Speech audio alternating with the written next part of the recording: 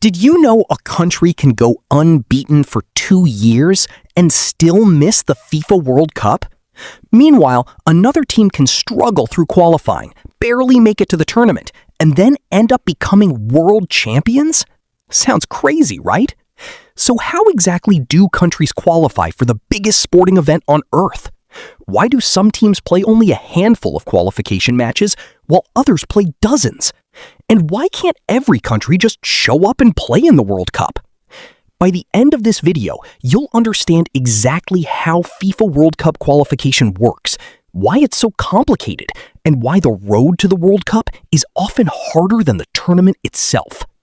Let's start with the big question. Why do teams need to qualify in the first place? Well, FIFA currently has over 200 member nations.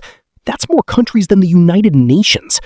But even the expanded 2026 World Cup only has 48 spots.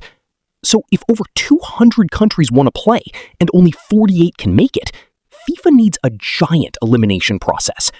That's where qualification comes in. Think of it like the world's biggest audition. Every country wants a role. Only a few get selected. And here's something surprising. The qualification tournament is actually bigger than the World Cup itself. Thousands of players, hundreds of matches, years of competition, all before the World Cup even begins. Now, here's where things get interesting. But for countries like New Zealand, it's massive. For decades, they often had to win their region and then survive a playoff against another continent. Now, they have a much clearer path. Speaking of playoffs, these might be the most stressful matches in football. Imagine spending 4 years preparing for one dream, then discovering your entire World Cup fate depends on 1 or 2 games. Win? You're going to the World Cup. Lose? Wait another 4 years. Some players never get a second chance. Now let's see how qualification actually works inside each region. We'll start with Europe because it's one of the easiest systems to understand. European countries are divided into groups. Each team plays the others in its group, usually once at home and once away. That means if England plays Italy, both countries host one match. At the end of the group stage, the best teams qualify. Simple. But here's something many new fans don't realize. A football match only gives 3 possible outcomes: win, draw, or lose. A win earns 3 points. A draw earns 1 point. A loss earns 0. That tiny scoring system determines who reaches the World Cup. 1 goal, 1 mistake, 1 missed penalty. Sometimes that's the difference between qualifying and... And here's a fascinating fact. South America has produced many World Cup winners, yet its qualification campaign is often considered one of the toughest in football. Why? Because there are no easy games. Every trip is difficult. Every stadium is intense. Every point matters. Now let's talk about North America. This region includes countries like the United States, Mexico, and Canada. For 2026, something unusual happened. The United States, Canada, and Mexico are hosting the World Cup, and hosts automatically qualify. They don't need to earn a spot. They're already in. That's one of the biggest advantages of hosting. Imagine skipping the entrance exam because you're hosting the graduation ceremony. Pretty nice deal. But what about the other countries? They still have to fight through regional qualification rounds.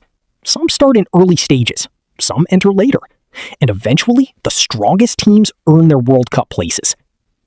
Africa might have the most emotional qualification journey of all. There are over 50 national teams competing for a limited number of spots. The talent is incredible. The competition is brutal. And sometimes very strong teams miss out. In fact, several world-class African nations have failed to qualify in different World Cup cycles despite having famous players and talented squads. That's how difficult the process can be. Now let's move to Asia. This region covers an enormous area, from Japan and South Korea all the way to Saudi Arabia, Australia, and beyond. Because there are so many countries, qualification usually happens in multiple rounds. Smaller nations begin earlier.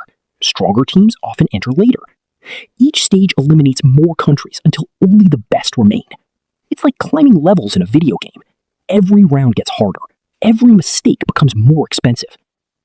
Then we have Oceania, the smallest confederation, but one of the most interesting. And more dreams becoming reality. Countries that previously had almost no chance of qualifying suddenly have a realistic path. Millions of people will watch their nation at the World Cup for the very first time, and that could permanently change football in those countries. But here's something many people don't realize. Qualifying for the World Cup is often harder than playing in it. Think about it. A country might spend 2 years battling through qualification, traveling thousands of miles, playing in freezing weather one week and extreme heat the next, facing hostile crowds, dealing with injuries, managing pressure. Only then do they finally reach the tournament. For some nations, qualification itself feels like winning a trophy. And that's why qualification matches are so emotional. They're not just games, they're dreams, careers, national pride, and sometimes history. So let's quickly recap. Over 200 countries want to play in the World Cup. Only 48 can make it. FIFA divides the world into 6 football regions. Each region runs